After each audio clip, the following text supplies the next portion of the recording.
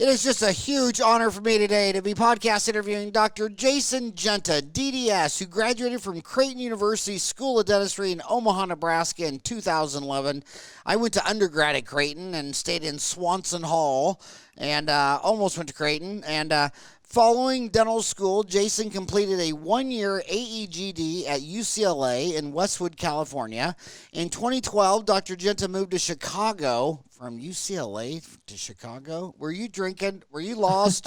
How do you go from warm LA to Chicago on purpose? Where he joined DecisionOne Dental Partners, who at the time was a group practice with 4 locations. DecisionOne has now grown to 50-plus dentists in 31 locations in Illinois and Wisconsin. Since 2016, he has served as Vice President of Clinical Affairs for the group and plays an active role in doctor recruiting, training, mentorship, new practice acquisitions, and mergers. Dr. Genta is passionate about the success of young doctors and teaches a course titled Life After Dental School at multiple schools across the country. The real reason I brought him on that show is I'm trying to get him to put that as an online CE course on Dentaltown because I think it's so imperative.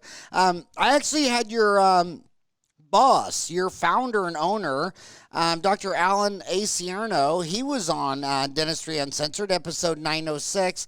And you know what I really liked about, when people say DSOs, this is a dentist-owned DSO that starts with dentistry and ends with dentistry. This is about clinical dentistry, isn't it? Yeah, that's really what attracted me to our group, and that's why I've stayed with the group and passionate about our growth and our future. So thank you very much for having me on. It's an honor. I know you talk about people listen to you as they're commuting and they're a new grad. That was me in 2012, and I've listened to you on my commute to work every day since. It's, life's about continually learning, and you offer that with your podcast on a daily basis. So it's an honor to be on here. Well, it's an honor that Steve Jobs figured out how to get that internet stuck in my Motorola flip phone. I never saw that coming. And I think when he, IBM technically did the first smartphone, but Jobs is the one who pulled it off like an orchestra. And I just saw that and I thought, oh my God, I can get someone like you to come on, but you're never going to go to Salina, Kansas and talk to their study club. And you're not going to go to Childress, Texas, let alone Kathmandu, Nepal. And what I love about what Jobs did is he's now making knowledge zero cost. I mean, anybody in the world can log on to the new radio, which is a podcast, or the new TV, which is YouTube, and watch guys like you. And so I'm gonna cut right to the chase. This is Dentistry Uncensored. The American Association of Dental Education, they always put out what I consider just propaganda, and I wish they would stop. They say things like, well, the average dental student comes out with $289,000 of student loan debt. No, quit lying. 20% of those dental students, their mom's paid for dental school. So why are you averaging down the median number? And then another 5-10% get military or grants or scholarships. When you just look at the people, because they don't want to tell you the truth, that they've taken their eye completely off cost, and now dental school's $100,000 a year. So, Jason, they're coming out of school $400,000 in debt, and they're scared to death. And what I like about you is you guys have bought a lot of practice, so if they want to come out of school and buy a practice, been there, done that. If they sit there and say, you know what, I got too much debt to go buy a practice, I'm going to pay down some debt, I'm going to work for a DSO, but they hear that there's good ones, bad ones. I mean, I could ask you 150 questions, but I'm going to start with I'm going to start with the dental school graduate. She just got out of dental school. She's $400,000 in debt. And she's scared, and she doesn't know if she wants to go buy. The average dental office costs $750,000. Do you think she should go out of school $400,000 in debt, borrow another $750,000, and wake up Tuesday $1.3 million in debt? You're starting out with the tough questions. I like that. There's no cookie cutter or right answer with that question. It all comes down to the individual, really, what they want. Do they want to be an entrepreneur, or do they want to just really focus on clinical work and being a dentist? As dental school's hard and it's expensive. And unfortunately, the curriculum is so rigorous that they're not really getting the opportunity to think about questions like that until they get past boards. You always hear, oh, I got to get through school and then I got to finish boards. And then all of a sudden it's March and you get these individuals looking for a job. And unfortunately, I'm not sure that they've even started to think about some of those financial questions. $400,000 is a lot of debt. We're seeing that with a lot of our doctors that we're hiring and recruiting. And the group space is offering those people who just want to practice dentistry the opportunity to come out and to make a very good living. But if someone's entrepreneurial and they want to own their own practice and they enjoy the business side of it, I still think it's okay to take on that huge debt burden and have their own practice. But you got to think through it. It can't be just this decision you make on the fly. You have to really know that you want to be not just a dentist, but you want to be an entrepreneur. You want to do accounting. You want to do payroll, HR, all those type of things is what being an owner of a dental practice entails. But, she hears things that I can't go work for a DSO because they'll have some office manager who's not in a dentist, and she'll say, hey, 30% of new patients should have root planing and curettage, and every pocket that's over 5 millimeters deep has to have a perio chip because there's an insurance code for that. And they think that they went to school 8 years of being a dentist, and now the new dentist is an office manager who never went to one day of dental school. Do you hear that in Chicagoland area? Oh yeah. And I mean, as someone who was in their shoes, back in 2012, I kind of thought that way also. I didn't know any better. I think the thing about group practices is they're all different. And just as you would vet an office that you're going to buy in the private practice realm, you should vet the groups that you're talking to. As you alluded to in the beginning, our group was started by 2 dentists, both of whom still practice.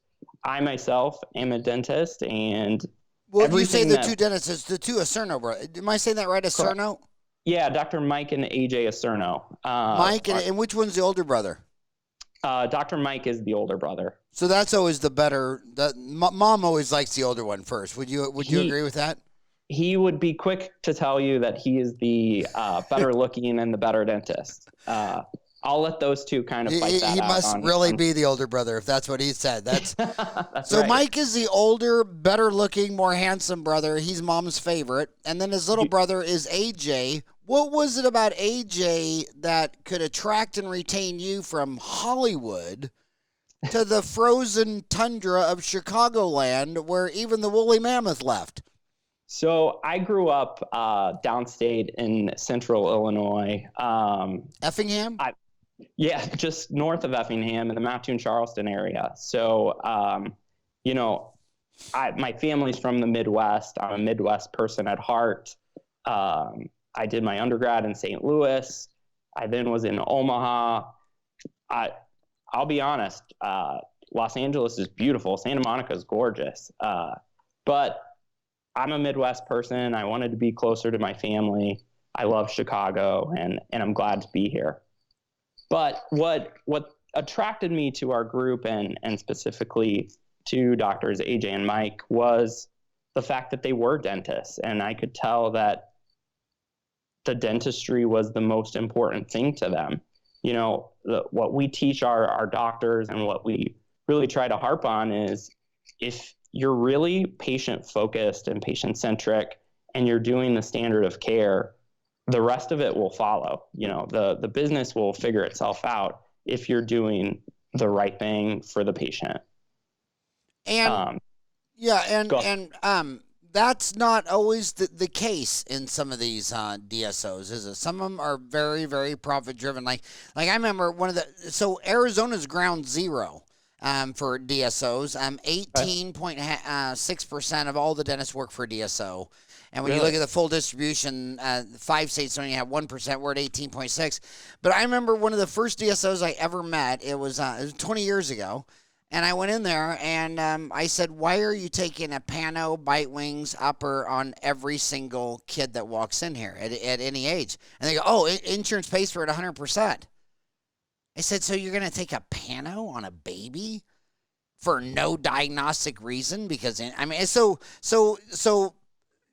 Mike, the Acerno brothers, if you're not going to treat your patient with respect, then you have no respect for yourself.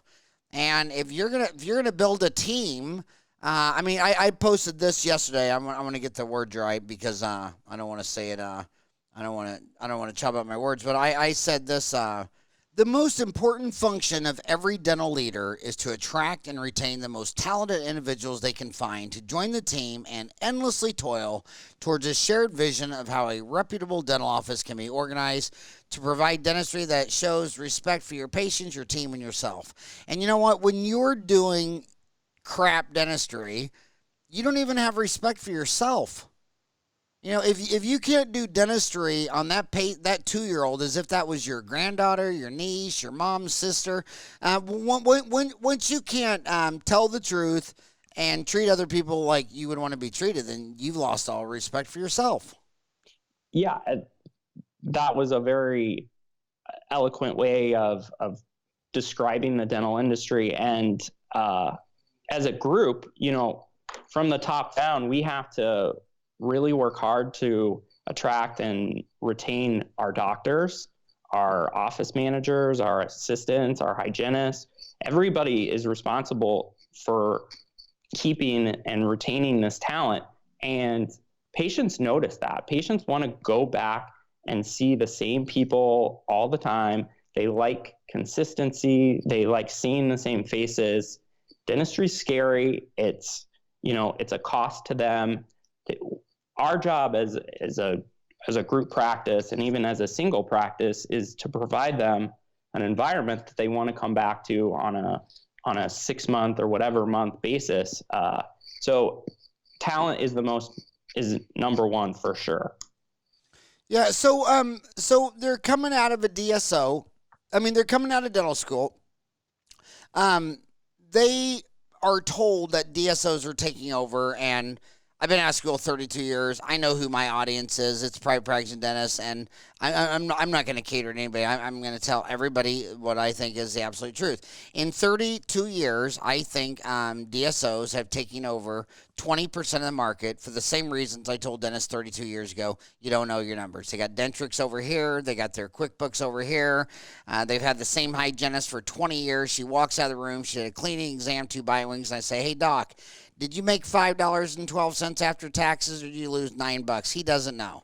I say, "Hey, doc, yesterday, today's Monday, how many incoming calls? You're getting ready to go home at 5 o'clock. How many incoming calls did you have today?" "No idea." How many of them went straight to voicemail and no one even listened to? "Oh, that wouldn't happen here. Not with my Shirley." Well, actually, it was 9. So 9 people tried to call. And by the way, 6 of those people have never called your office before. And you're telling me you want more. So their business is so horrible. And then you see it with the Delta Dental deal, where they're all mad because Delta Dental's lowering their fees. Well, they've never even met the Delta Dental guy. I've been meeting the Delta Dental people since I was 25 years old. And what do they tell you if you just go there and shake their hand? They say, "Well, they signed up for all these lower paying plans. So now when we go out to sell the plan, I got to sell against these 5 other lower plans that all those idiots signed up for. So we have to lower our fee. And then when we lower our fee, they're all mad at us. And they're the ones that signed up for all the lower plans. And now the Deltas are getting in trouble because they're a high overhead organization. So when they lower their fees, their overhead goes up. So the dentist is causing his own overhead to go up. And then Delta Dental has to match that. So now Delta Dental overhead's going up really, really high. And they're like, "God, how keep much longer are the dentists going to keep shooting themselves in the foot?" And it's like, well, they'll shoot themselves in the foot till they're all dead. I really believe in 20 years, it's 2020, I believe in 2020 and 2040, that DSOs will have half the market. Some think they'll have 75%. I know they're not going to have the rural market where you grew up, simply because the young kids that come out of dental school won't live there. I mean, when you're a young kid, you want to live in Chicagoland. You want the Miracle Mile. Is it Miracle Mile or Magnificent Mile? Magnificent. Yeah, you want the Magnificent Mile, and you want you want all that trappings. They're not going to go live with a goat and a pig and a chicken out in the middle of Parsons, Kansas. So I think DSOs are going to take over the whole metropolitan, and they're not going to get the rural, because they don't know their numbers. And if they should be mad at Delta Dental for anything, it should be mad because when Delta pays them, it doesn't go straight into their practice management software and credit the account and then deposit it straight into the Chase Bank account and then equal out your ledger card, so that you know, in healthcare, 30% of all the costs is just humans shoveling around paperwork from Medicaid to Medicare and all this crap like that. And so it's so 32 years. I can't even get Dentrix or EagleSoft or Open Dental now to hook up with QuickBooks Pro. So, I mean, there's nothing I can do. I mean, my two older sisters are nuns. Do you think I could give them a one-day course and they turn Hindu? Maybe Muslim or Jew? How long would I have to lecture to my oldest sister just to make her be a Lutheran? I too went to 8 years of Jesuit school, so I understand. And you're Italian. You're talking about. You're Italian. Yeah, you're an right. Italian Catholic. I already feel sorry for you. I already have mutual. So basically, but let's go into that kid out of school. Yeah. She's $400,000 in debt.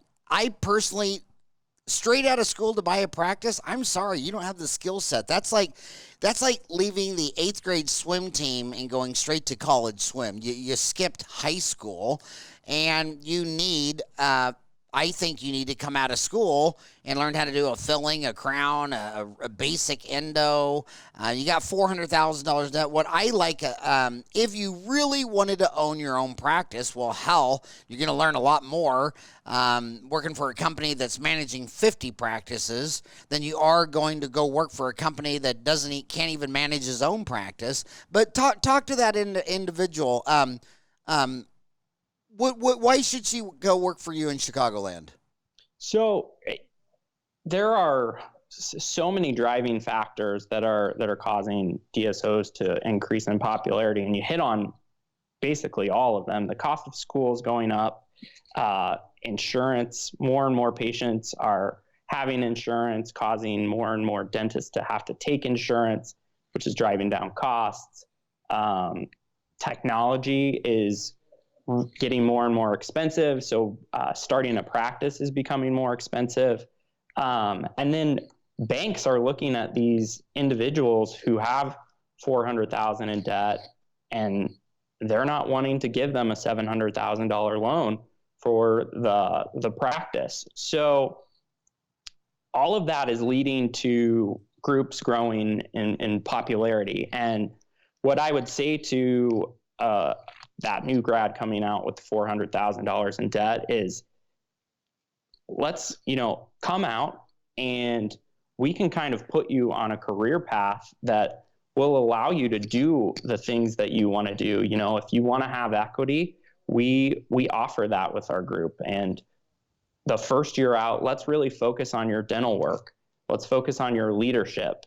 And those two things, if you're a good leader, if you're a good communicator, if you're a good clinician, those are the things that are going to push you forward, because patients are going to notice it, your team's going to notice, and you're going to retain them, and you're going to build that practice naturally. What we're allowing you to do is, you're a practice owner, you know that it's 40 hours of clinical chair time, and then it's 20 hours a week of payroll and QuickBooks and maintenance and all those millions of other things that you have to worry about beyond the dental. Dental's hard enough as it is. Let's help these younger grads do really good dental work, and be able to focus on the clinical stuff. Now, I will say where group practices differ is on retaining those people. my responsibility is how do we get a group, getting a new grad to join us is fairly easy because you're offering them a guaranteed income stream. You're offering some of the things that you want. So you're making the barrier to entry fairly easy. The hard part is keeping them. After 2 or 3 or 4 years, they might get the itch to own their own practice, or they might start to think, oh, I could do this on my own. What value add are we giving the new grads and the younger dentists to make sure that they stay and they want to stay? And I will say the thing that I'm most proud of about our group is our doctor retention is 90+%. We keep almost everyone that we have. Oh, okay. So that just should have, if you're driving your car, you should have just almost changed lanes and hit the wall. So when you look at the, let's take it out of dentistry, because dentistry. Let's go to FANG.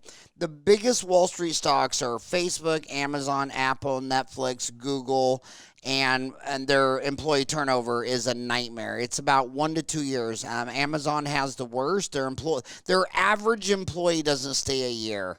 How messed up is that? And their whole sector is 1 to 2 years. It's the same thing with dental associates in the private sector and the public and the DSO sector. I don't like the word DSO because it's group practice.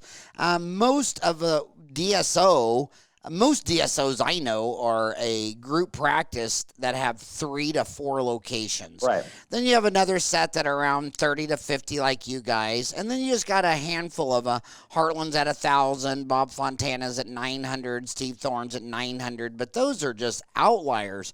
But even looking at those outliers, what do you think? How long do you think the average dentist works at associate dentist works at Heartland, Aspen, or Pacific Dental? What do you think their turnover is? I don't want to make up figures or anything like that, but I would guess around year 2 or 3, they're probably getting this itch that they want to leave, and it's actually they do better than the solo private practice. No kidding. But it's still just 1 to 2 years. And how you do that is you go to anybody who at a school specific, and you're in you should do this with Creighton, but just go 5 years graduating class back and just survey one class. Every time I do it, 5 years ago, that average student that graduated has worked in more than 5 offices. So it's like they've had 7 jobs in 5 years. Are you out of your mind? Now, some people have to do that. Like if they're Irish, after they screw up so many root canals, they got to go to the next town. Then they screw up some more root canals, and they go to the next town. But come on, how do you have 5 different jobs in 5 years? Nobody wins in that instance. You Right. know, it's bad for patients. It's bad for your staff. It's bad for the doctor. I don't like hearing that. Dental school's hard enough. You've taken on this burden. I love dentists. So to hear that there's that much turnover is we should all be looking at ourselves and saying, what are we doing wrong here? Well, it's like I always tell the older guys. I mean, whenever I hire someone out of school, they within a year or two, they're itching to move on. They know everything at that age too, except for the clinical dentistry. And I always say we're down here in the nice weather, so let them do their 25 years, and their kids leave home, and them and the wife they want to move to the climate, and then Right. and then they come down here and say, I don't know if I want to start the new office again. And in my 32 years, the ones that I've enjoyed the most and made the most money were all the old guys who retired down here and did their last 10 years with me. And so that's what that's my business model down here. And but anyway, but I commend you for taking them out of school, because who wants someone to come out of school to do their 12th filling? So how do you want these guys? In fact, when I told my buddy on the way to work that I was going to podcast interview you know what he said to me? Don't they hire kids straight out of school? And I said, I think so. And he go, what the hell would they do that for? So answer that tough question. Why the hell would you take a kid straight out of Creighton? You know, it's not that we are targeting new grads or anything like that. We'll hire anyone. In some ways, the benefit of hiring a younger doctor is they don't have any bad habits yet. They don't have the doctor complex yet. We can kind of mold them. Really, when I'm hiring somebody, I'm not as concerned about the clinical skills or the speed, because I truly believe those things come with time. What I'm most focused on is, how articulate are they? How are they a leader? Are they able to communicate well? Because what's the stat you always mention about 37 out of every 100 fillings are done? That is a direct correlation to them not being able to properly explain treatment and get patients to say yes. For I don't know what reason it is. Maybe they're not able to convey the urgency of it, or they're not able to get the patient to understand the importance of oral health and things like that. So a lot of the things that we're looking for are communication skills and leadership. And if you're able to find those things in a dental candidate, I don't care if they're fresh out of school or they've practiced for 30 years, we'll hire them and kind of build an office around them. That's special. When I got out of school, the only people that would do that would be the Army, Navy, Air Force, and Marines. And now the only people I see doing that is DSOs, and I give you credit for that. Everybody needs that opportunity. And I love what you said. I'll never forget, I kept begging my dad when I was little to go golfing with him. And finally one day he said I could go with him on Saturday. So I went with him. I was all excited, and he wasn't taking me golfing. He took me to the pro shop, and he said the first 10 Saturdays I had to go to the pro first because he didn't want me to learn all these bad habits. Right. And he said, Howard, he says, I can't even get rid of some of my bad habits. He goes, I don't want you to learn any bad habits. So I like that, where you get them green, they're still moldable, shapeable. So let's go. So if they you want them to work for you, you guys buy practices.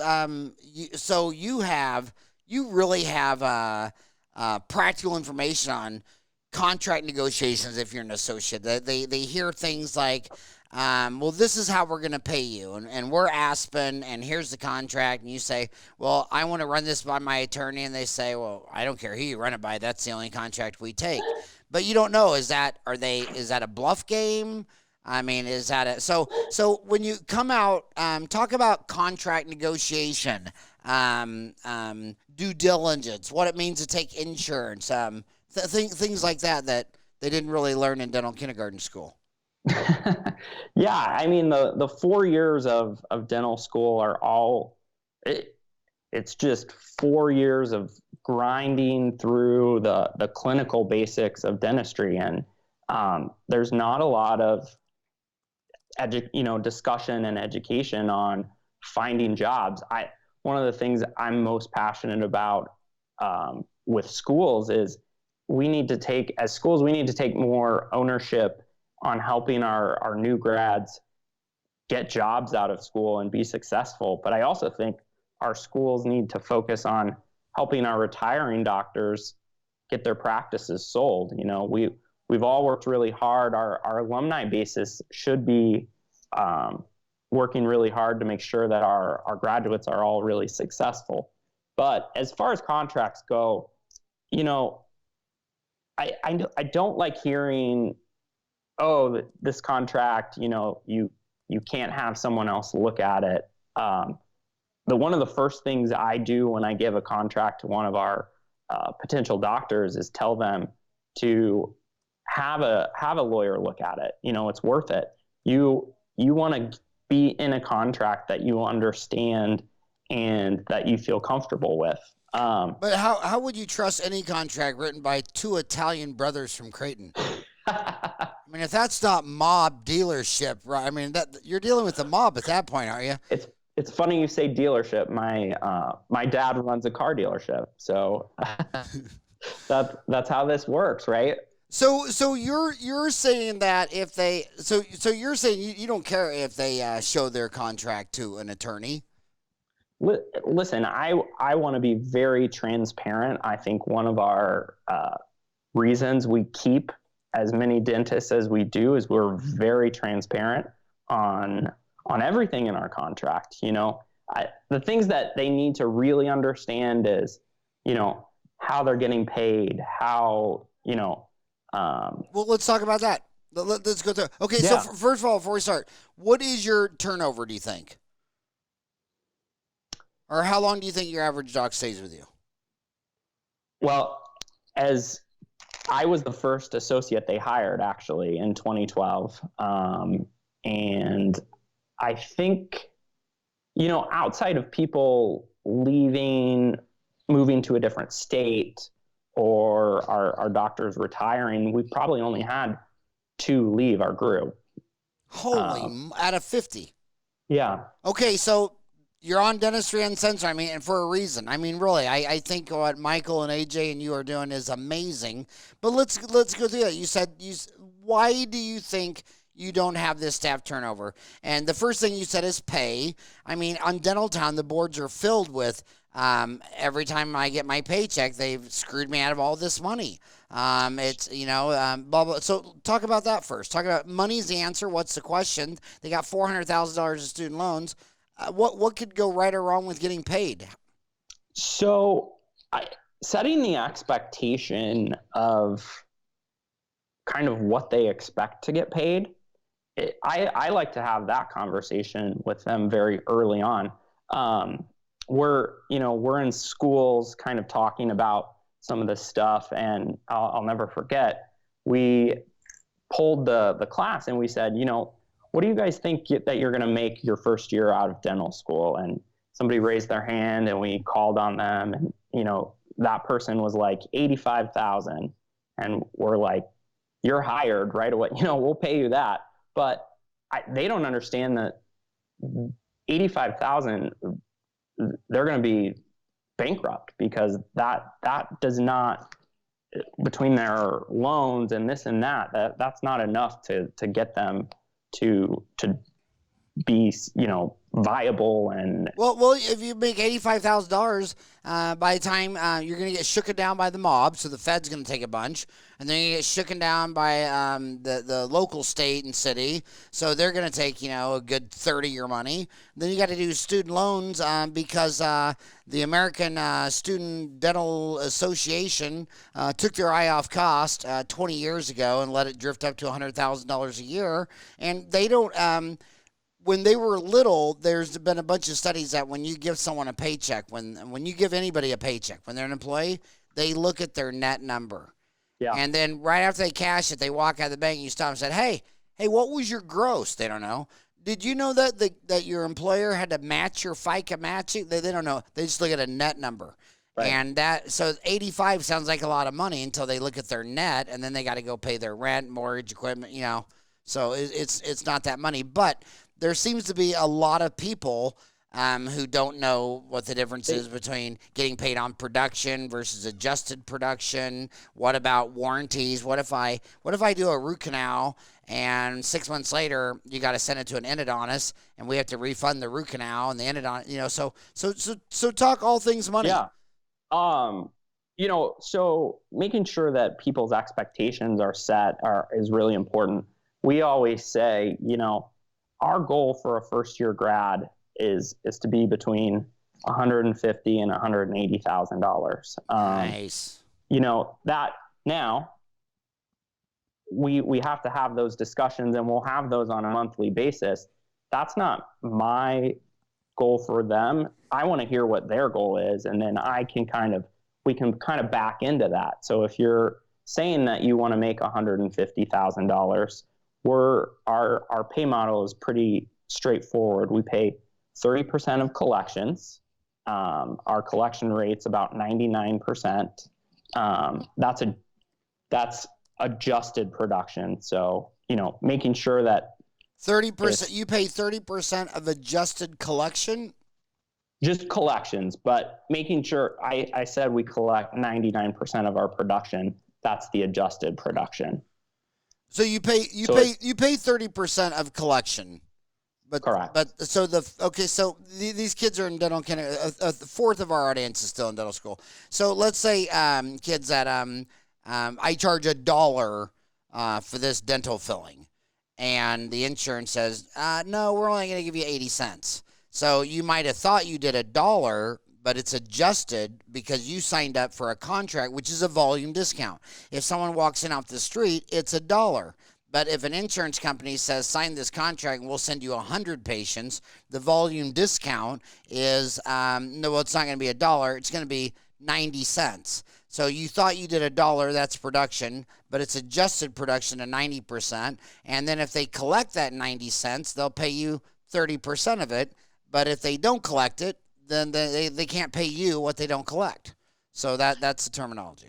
Yeah, and one of the reasons we do collections is we want our doctors to be leaders in the office, and we want them to have a vested interest in the front desk and making sure that everyone's doing what they should. So, and the most important part of that is the doctor dropping the price. When the first person to drop the price is when you're out of the room and you're back in your private office being what, I don't even know what you do back there.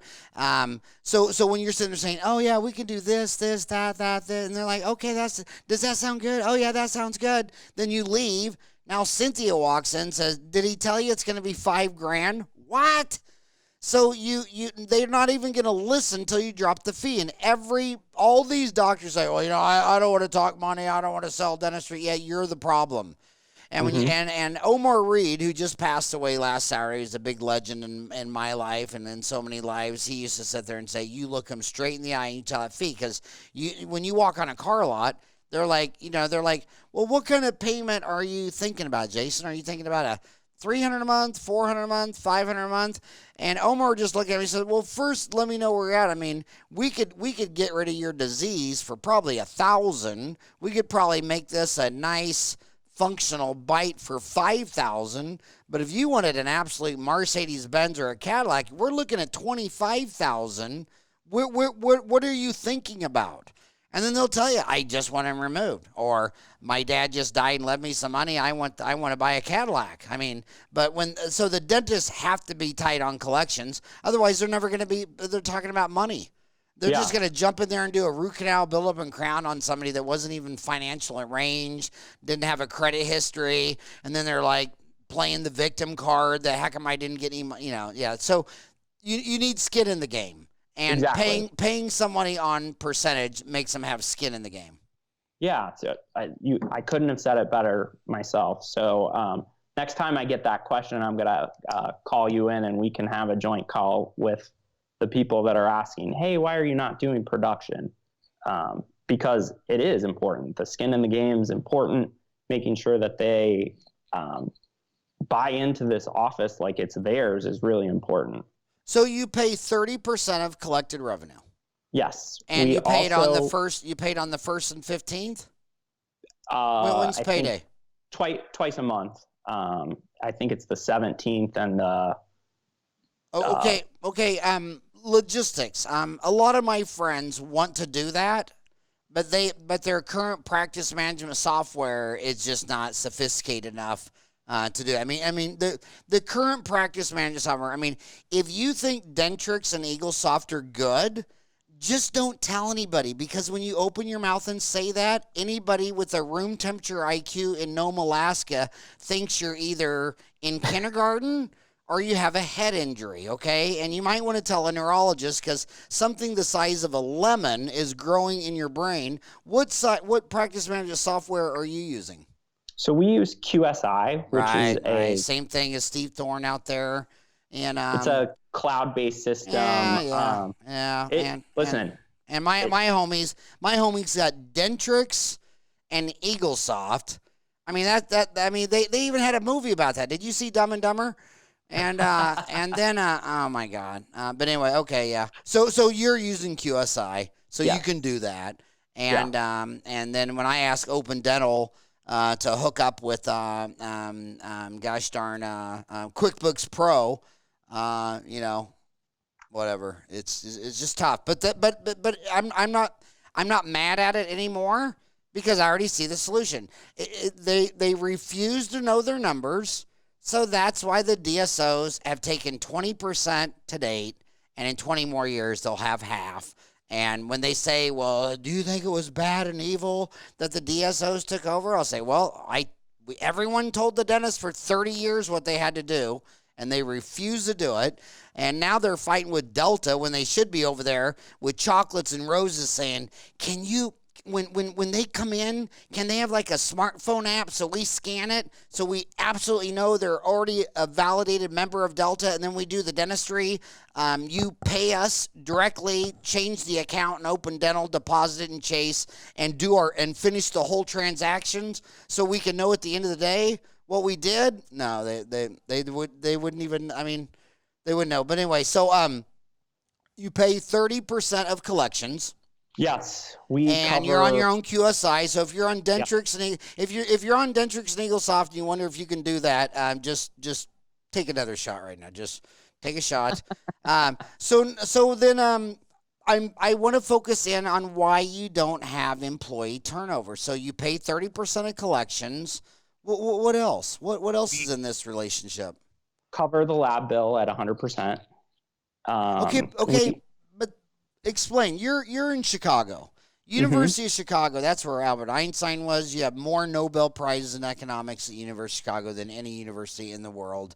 When you walk down those halls, I mean, it's really romantic. I mean, like every hall. Beautiful. I mean, an 8x10 picture of some guy, and so every one of those economists would say, well, you know, if they had to pay 20% of their lab bill, they'd be using Glidewell at $98. But when you pay the whole lab, they might use some $250 crown fancy schmancy deal. So I was not expecting you to say we cover 100% of lab bill, and nobody that got a Nobel Prize in economics would recommend that. So, but it's working for you. The holy grail is reducing staff turnover, and you did that. So what gives? Yeah, that's a great question. My undergrad degree was in economics, so I love talking about those types of things. The key with that principle, and really with every other principle in the office, is we offer a quarterly bonus for the office based on the profitability of the office. So we are very transparent. Every month, our doctors get a monthly profit and loss statement of their office. They see every expense, and they see exactly what they spend on labs, exactly what they spend on supplies, labor, all those things, what they made. And what we do is, on a quarterly basis, we give them a percentage of the office profitability. So it is in their interest, if their labs are super high, to encourage them to use a different lab. But at the end of the day, you know, clinical quality is important, and we want our doctors to make their own clinical decisions. We just try to train them to make good ones. You know, if I was you, your undergraduate degree was in economics from Creighton? Yeah, from St. Louis University. Okay, well, St. Louis is in pretty close to Chicago, and University of Chicago right now in their econ department has 6 faculty members living and teaching that have a Nobel Prize in economics. That's amazing. You should go over there and show them everything, because whenever I go to ASU, whenever I have any type of a science problem on anything, you go over to ASU, and they have the teacher, what do they call that? Where they help you do your homework. Like a TA, teacher assistant, yeah, or like yeah. a study. So you can walk into the math, econ, whatever, and every one of those deals has a teacher's aide, teacher assistant, homework. You got a question, you got a problem, and you can just walk in there and talk to some guy with 2 PhDs in astronomy and physics about some stupid black hole article you read on USA Today on Thursday, and you can go in there, and that guy will talk to you for the rest of the day for free. So it's really, really interesting. So you could go over there and you think, well, these guys are teaching with a Nobel Prize in economics. They won't do they won't listen to me. The hell they won't. They'll talk to you for 4 hours. That is so cool. So I should bring my economic questions about the group to them. Yeah, and they love that stuff because they want to know what's real world. I mean, they absolutely want to know what's people are talking about in the real world, and so yeah, do that. So we're talking about reducing employee turnover, staff turnover. You talked about pay. What about contract? What about? I'm trying to think all the things they get upset at. Recovenant not to compete. Again, why you've only lost 2 people since you've been there? Why? What's making them happy? Dentists are never happy. They're born. The other thing they're born mad. We take a lot of time to invest in our doctors. We meet on a monthly basis with all of our doctors. We get all 50 of them in a room, and we host continuing education. But most of our CE, I think there's 3 key areas to continuing education. There's the obvious clinical, but the other 2 areas are leadership and kind of some of these business questions that you're asking. So every month we get together, we get together as a group, we make decisions as a group, and we really invest in the education of our doctors. You said there's 3 types of CE. You said clinical. What were the other 2? Leadership and business. Huh. And so leadership is different than business. Explain that. So when I think of leadership, it's communication.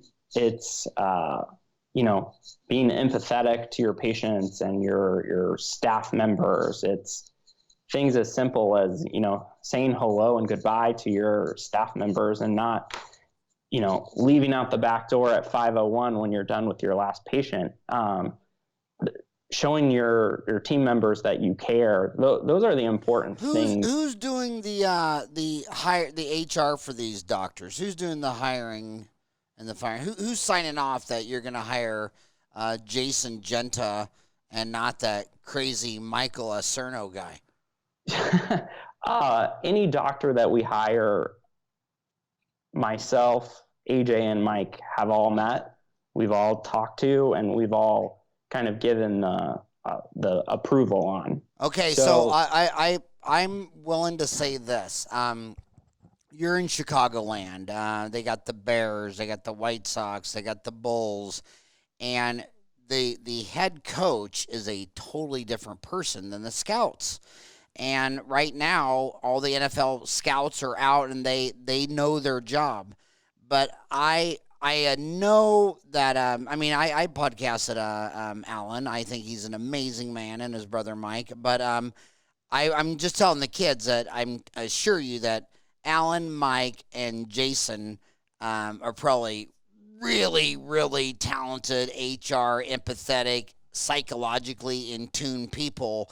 Because just having 50 associates, if you put 100 people in a room, what % are toxic? What would you say? The 80-20 rule. What % are moody and bipolar and nice one day and mean the other? So I bet you that it's a 50-50 that they got a really great place to work for, but it has to be accounted for that Alan, Mike, and Jason are really good at HR.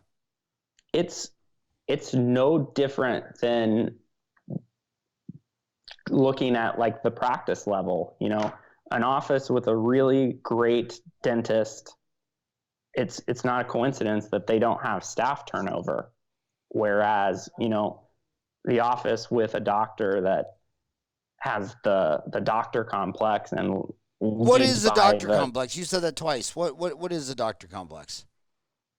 Leading by the credentials behind your name rather than leading as a leader and as a person, earning it. Yeah, exactly. You earn it by taking the time to talk to your staff members and, hey, I might be the dentist, but I'm still willing to take out the trash to make sure we all get out at the right time. Those type of things, I think, go a long way in making sure that your team knows that you care. And in return, the next time you're 20 minutes late, they're going to stay and they're going to help you and they're not going to complain. And I go back, Alan got out of Creighton in 2001. Michael got out in 1999. And what year did you say you got out? 2011.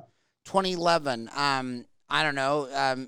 Any difference between anything really change in the doctor deal? Do you see any? You're always talking about millennials and baby boomers and all that. And you got out 2011. Yeah. So do you see any changes from 2011 versus 1999 when Michael or Alan got out in 2001? The buzzword that you hear from a lot of younger doctors, younger than myself, is kind of work-life balance and, autonomy. They want those type of things.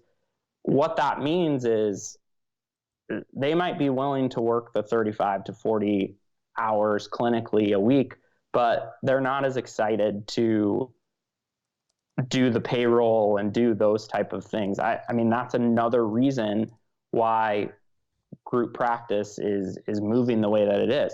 Now, I will say, I don't think that, millennials get the bad rap of being lazy or things like that. I think our doctors that are young work really, really hard, but they do care about, getting home to their family and things like that. And it's our job as a group to create an environment that suits those interests. And we have to make sure, if we're building the group the way that we want it to, and then we're trying to stick people in it that don't want to do the way that we want to do it, we're not going to be successful. So you have to kind of form the group in a way that meets the wants and needs of a lot of the dentists out there. That might mean having 2 dentists in an office that traditionally would have only had 1. That allows people to, take vacation, to take maternity or paternity leave, things like that. We just have to kind of make sure that we're offering people what they want. So do you have a model? You have 50 dentists. How many, tell me again, how many dentists and how many offices?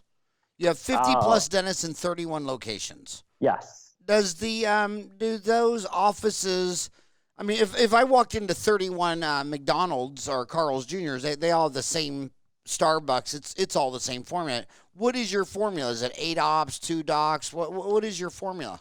So we grow by acquisition, which means we're purchasing practices from retiring dentists and we're partnering with those people.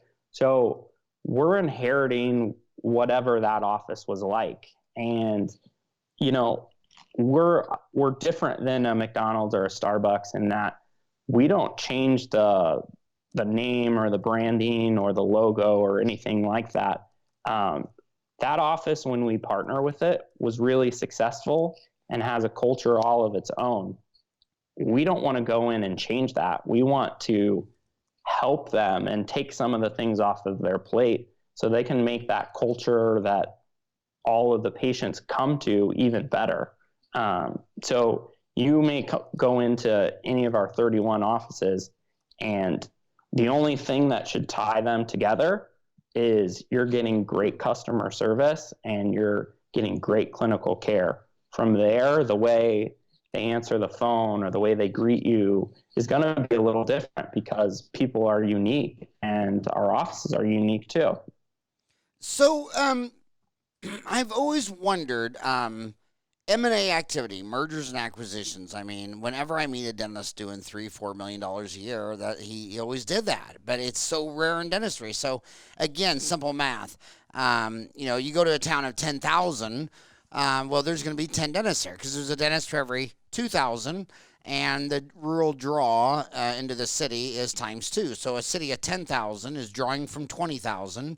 So it would have 10 dentists for 2,000 each. And in one town, every time a 65-year-old old fat Howard is turned out to pasture, he sells it to some young, hot, energetic Jason Genta who comes in here and works it up.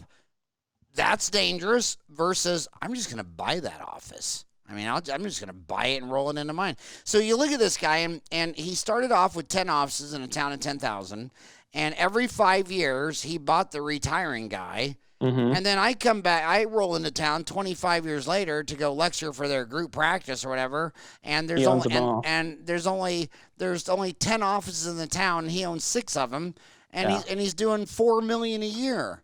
So why do you think? And then I asked the dentist, I said, well, just simple numbers that you have to know on Shark Tank. How much money does it cost you in marketing advertising to get a new client here? They don't know. On your average client, how much money do you produce and collect in a 30-day period? Because that's how you pay your bills. Don't tell me what the patient's going to be worth as their family tree rolls out in the next, Cambrian explosion of evolution. I pay my bills monthly.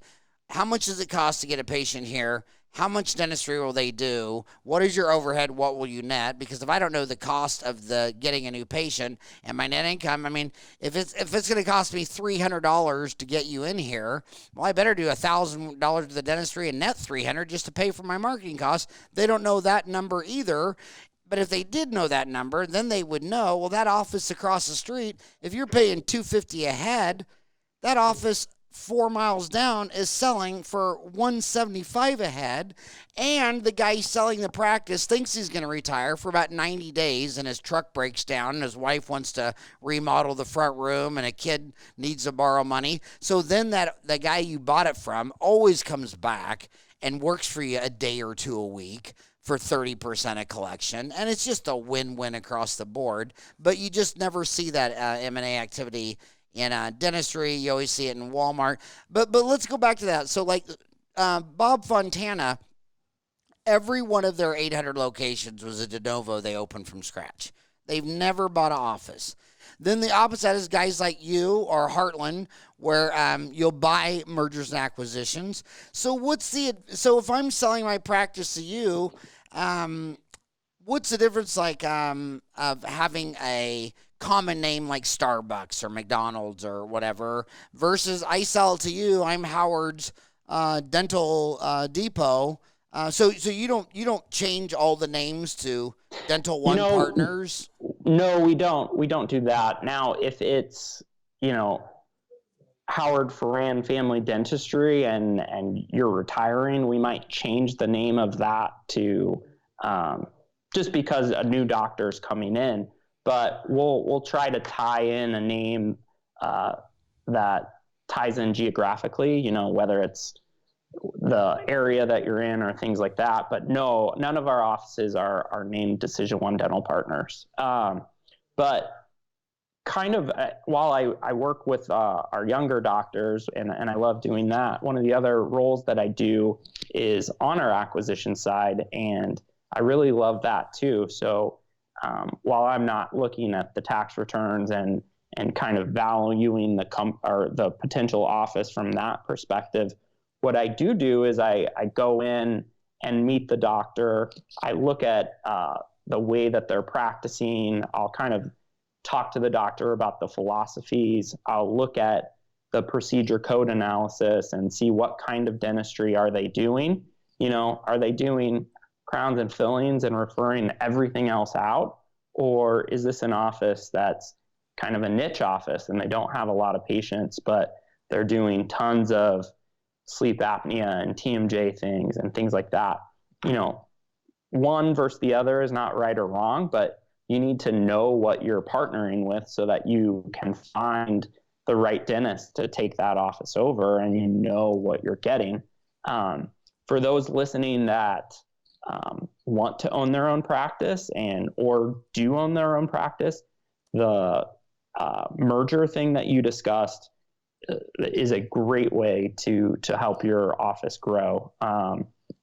We do roll-ups all the time, and what a roll-up means is exactly what you described. You have likely a smaller practice of a retiring doctor that wants to sell, and oftentimes, they may not have a nice building, or they may not have anything that is of value where you'd want to go and practice in that same location.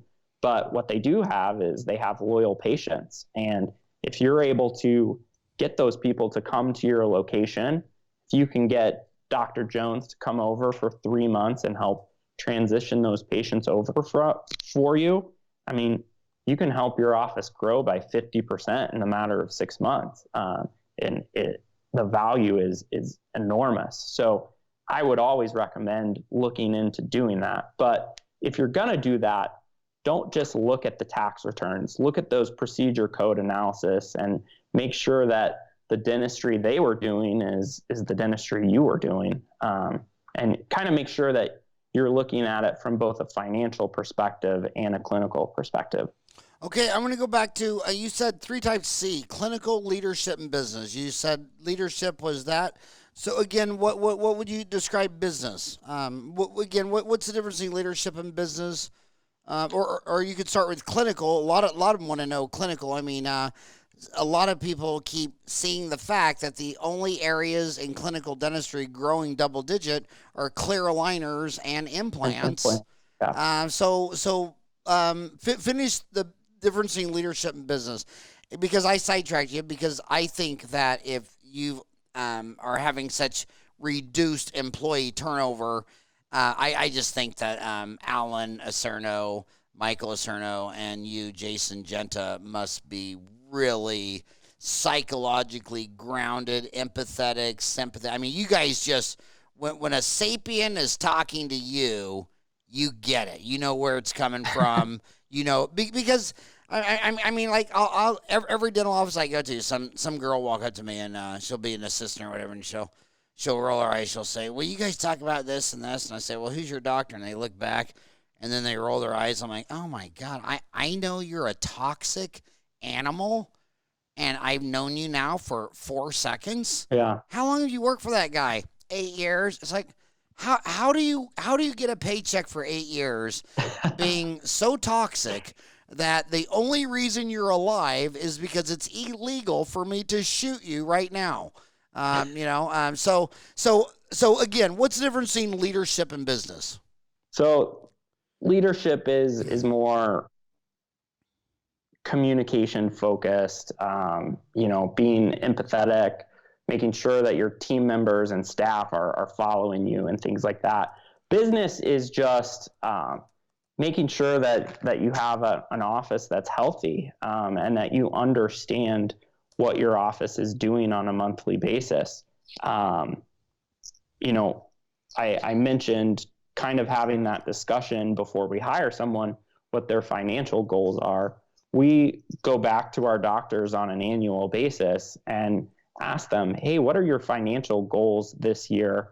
And we'll talk to them, and then we'll kind of look at their office and say, "Hey, you can do this.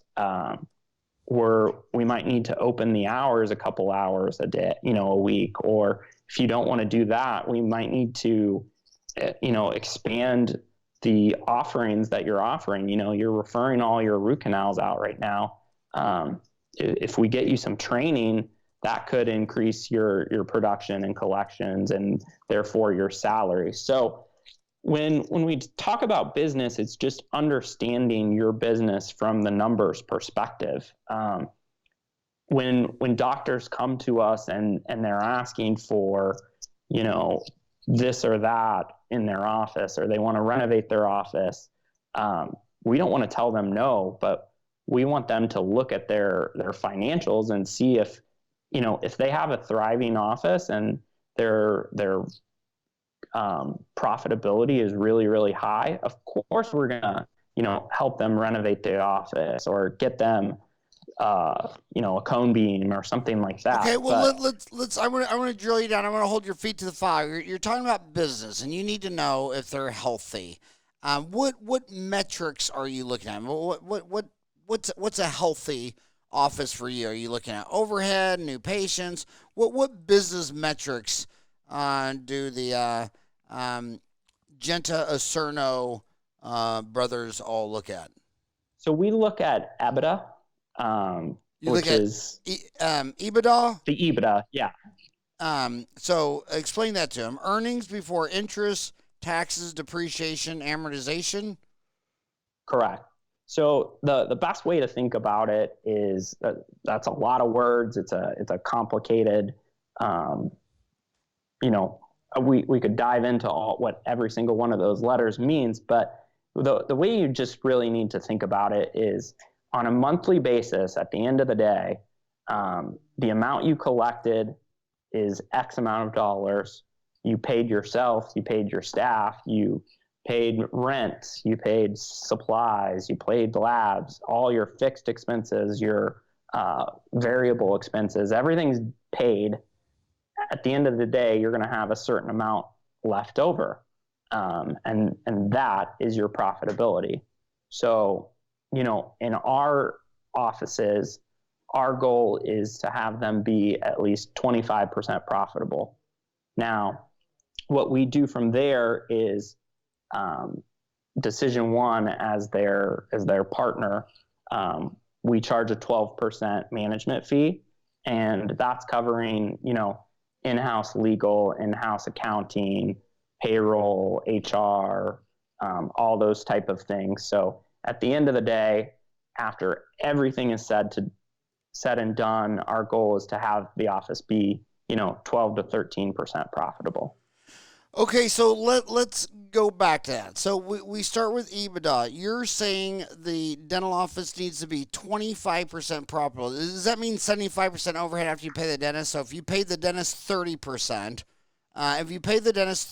you start with 100, pay the dentist 30, now you're down to 70. So you're paying them 30% of what they did. There's a hygiene production amount too. Okay. So you're paying the dentist 30% of what they collect. Yeah. And then what percent of your practice is hygiene? What percent of a typical dental office is hygiene? Typical 70-30 split is what we see on average. So dentists are doing 70% of production, and hygiene is doing 30% of production. You're paying the how do you pay your hygienists? We pay them hourly.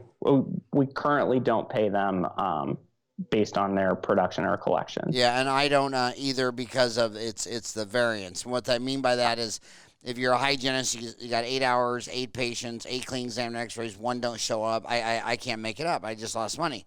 But when I'm a dentist, my God, I could have the whole morning fall apart. And then in the afternoon, some guy walks in with a toothache, and I do 2 root canal build-up and crowns on 2 and 3 for $1,500 each, and had a $3,000 afternoon. And so I have a huge variance. Hygienists don't have a huge variance. Okay, so again, dentists are 70% of production, hygiene 30. You pay your dentist 30% of collections. You want the office to have an overhead of, you said you wanted to be 25% profitable on EBITDA? Yeah. Then the management fee. Well, what's the overhead the goal? What is the overhead goal of your dental office? So after you're talking, including pay and things like that. Yeah, after you pay the rent, mortgage, equipment, build out, insurance, the dentist, the hygienist, the lab, the supplies, you pay all the bills. 75%. Okay, so overhead goal is 75%, and then the management fee is taken off of that. Off of that. So what is the management fee? 12%. So 12% and a 12% management fee, and then that leaves over that leaves 13%. Yes. And then what's the that 13% for? So, like I said, that goes to growing our group. We pay, our doctors get part of that. That's part of that quarterly profitability bonus. that's really where we get our doctors to buy in, because they believe, that's part of their income stream. So they want to make sure, if it's at 13%, can they get it to 14 or 15? They're obviously going to get more money to take home. It's no different than if you own your own office, that profitability, you want to take more of that home every year. By the way, just real quick, I always see you guys using the word DecisionOne Dental and DecisionOne Dental Partners. Is that two separate companies, or is one right and one's wrong? Our official name is DecisionOne Dental Partners. Okay, well, you need to tell Alan he needs to fix his LinkedIn page. And his brother got it right. Michael Olson got it right. Everyone got it right, but okay. So it's DecisionOne Dental Partners. So so the overhead goal is 75. DecisionOne Dental Partners has a 12% management fee, and then the 13% remaining. It's a quarterly part of that's in the quarterly bonus? Correct, for our doctors. Doctors only. And what percent of that 13 would you split with the doctors? They get 10% of whatever the profitability is. So that 13%, they would get 10% of that? Correct. And then what would the other 90% do to? So that goes to, that goes to our group as a whole, to DecisionOne Dental Partners, the group, and our doctors are owner. We have 15 of our doctors are owners of our group. So we have kind of like you have how many partners? 15. 15 part. Okay, so I want to talk about that. When you get married, are you married? I'm not married currently. No. So you're in Chicago. Are you smarter than Einstein? I mean, Einstein was in Chicago. So no. But when you get married, it fails 50% of the time. How do you get 15 doctors to get married? Because when you get married, you have all kinds of glue that holds this marriage together. You have children, sex, family. So now you got 15 doctors, and it's a platonic relationship. How do you get 15 doctors to stay married and not break up and fight and divorce? It's a great question. Those people are equity partners. At the end of the day, Dr. Mike and AJ, who founded the group, kind of have the final kind of decision-making process. So it's, we're not getting into this voting thing where we're splitting votes and things like that. Now we are a group where we want to make sure everyone's happy and everyone has a voice. And so we do have, monthly doctor owner meetings where we're talking and discussing, and we take all of that into account when we're making decisions. But ultimately, AJ and Mike are making decisions that are in the best interest of our group and as a whole. So are all the partners a dentist, a doctor of dental surgery? Yes. And are you, a lot of group practices realize that if I have kids come out and do the molar endos and place the implants, someday I'm going to have to pay endodontist and periodontist, to redo 10% of these cases at an absolute minimum. Some DSOs are having only endodontists do their molar endo and only periodontists place their implants. And for if any other reason, the insurance companies will pay 20, 30, 40% more for a specialist. Like in Arizona, they'll pay me $800 to do a molar root canal, but they'll pay an endodontist $1,200. Well, that $400 extra, I can't afford to pay an associate to do this. So are you starting to rotate specialists into your 15 locations? Currently, we don't have any specialists, but we are seeing, right now our doctors, we rely on them to have partnerships with specialists in their area. And, we want to make sure that our doctors are treating and are comfortable with the procedures that they're doing. So, I'm not going to go tell Dr. Jones, hey, you're not doing root canals, you need to start doing them. I want to make sure that at the end of the day, the patient's getting the best care possible. And whether that's Dr. Jones doing it or sending it out, that's what's most important. Now, for 2020, we do see that some of our doctors have come to us and they're asking, hey, I would love an endodontist to rotate through our office, or a periodontist. And so we like to provide whatever our doctors are asking for. And so in 2020, we are going to focus on trying to bring specialists into our group.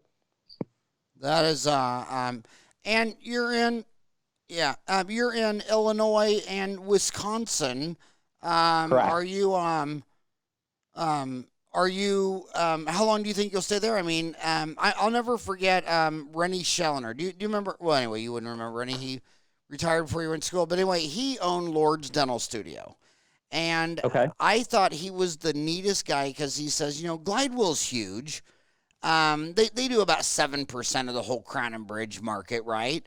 But that means half the dentists in any given year send them something, and half the dentists sending something equals 7% of the market. But Rennie said, we're never leaving Wisconsin. He goes, he says, there's so much work in Wisconsin. He says, I could have the second largest Crown and Bridge laboratory behind Glidewell without ever leaving Wisconsin. I was talking to a DSO one day on this show, and he was in California, and he was telling me he wanted to spread across to Arizona and New Mexico and Texas. I said, dude, California is 10% of America. They got 40 million people.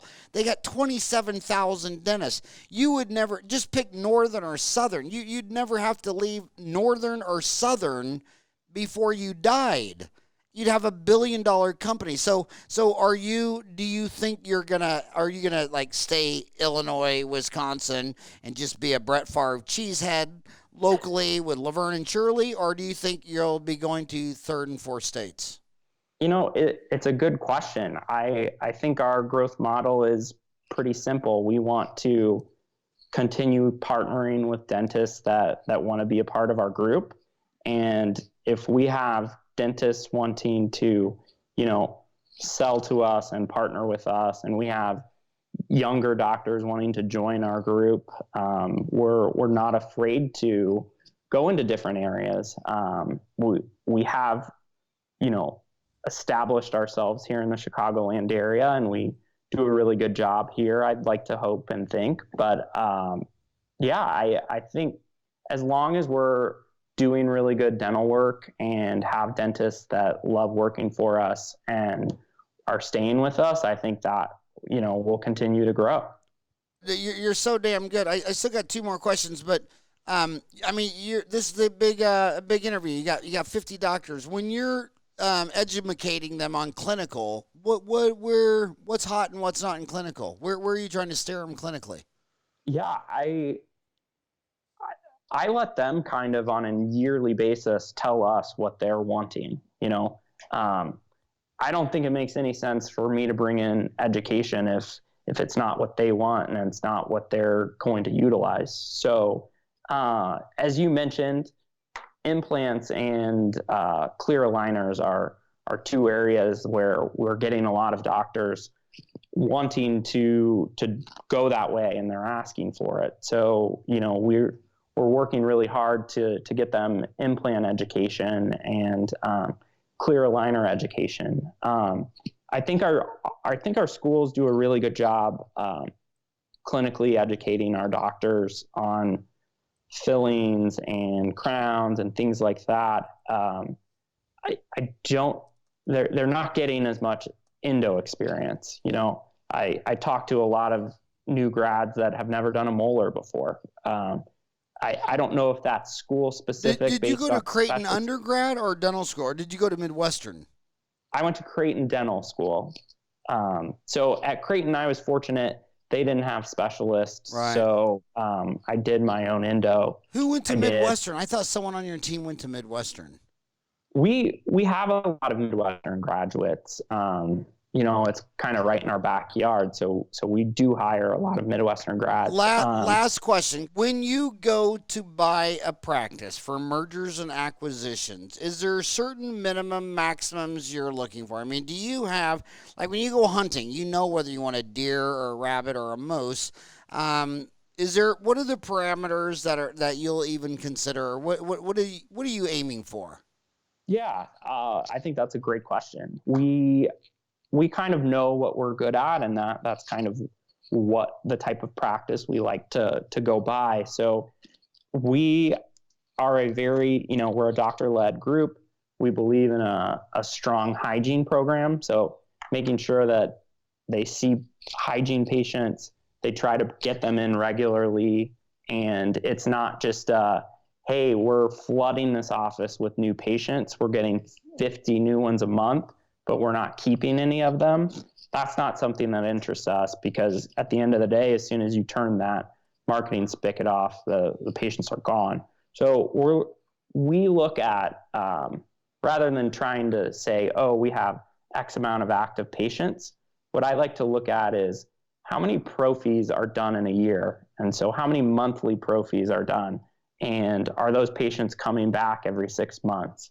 So if you run, if you're looking at an office and you run the D1110 adult prophy code, take that annual number, divide it by 12, and look how many are coming in every month. In our opinion, 120 and above is really good. 120 is a good office for a single doctor. When you start to get into 180 to 200, that's where you can kind of have a second doctor in there.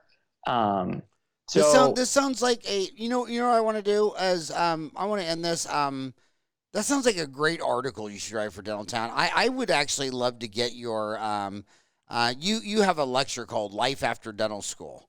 Millennials love our online We put up 400 1-hour courses. They've been viewed over 1 million times. During that football game yesterday, the second half, that was such a blowout. I was already surfing on my smartphone during the back half of that, Wisconsin. That guy did not show up. But anyway, so I wish you'd write an article on this, because I got two customer base. I got old guys like me who are thinking, well, it's like giving your baby up for adoption. I'm not going to sell my dental office to someone who's going to do something, come in here and treat my patients differently than I want my granddaughter treated. So you really care about your patients, unless you're a psychopath and you really want to be adopted. And then the young kids coming out, they need to know. But I wish you would do that Life After Dental School as an online CE course on Dental Town and an article in Dental Town magazine. Because you're talking about both ends of the spectrum. I deal with, really, those are the two sectors of the dental space that I deal with on a daily basis. The younger people that we're hiring, and then the older people are retiring. And you're right.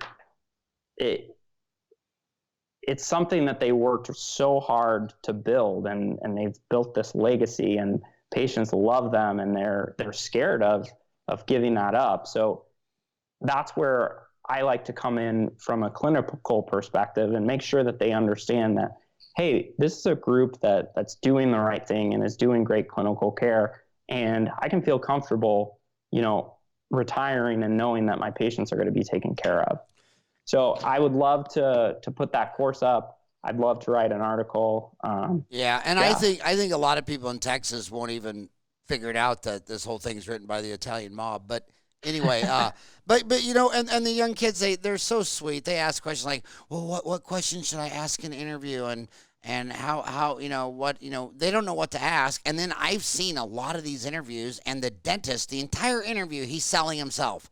He's talking about he went to Panky and he went to this and TMJ, his thoughts on everything. And I'm like, oh my God, dude, you just sold yourself for an hour, and that little pumpkin just sat there like not saying a word. So yeah, this would be a great article. I'd love to. I'm out of time, but gosh, yeah, do an article, do an online C course, Life After Dental School. How the old guys should prepare for their exit strategies so that they can retire on the golf course knowing that someone's taking care of their patients like they want them to be taken care of. And then the young kids in dental kindergarten, what's going to happen when I finish my boards? I'd love to. All right, buddy. It was an honor and a privilege for you to come on the show. Thank you so much for taking an hour out of your life to come talk to my homies. Thank you so much, Howard. I really appreciated it. It was a lot of fun. All right, buddy. Have a great day.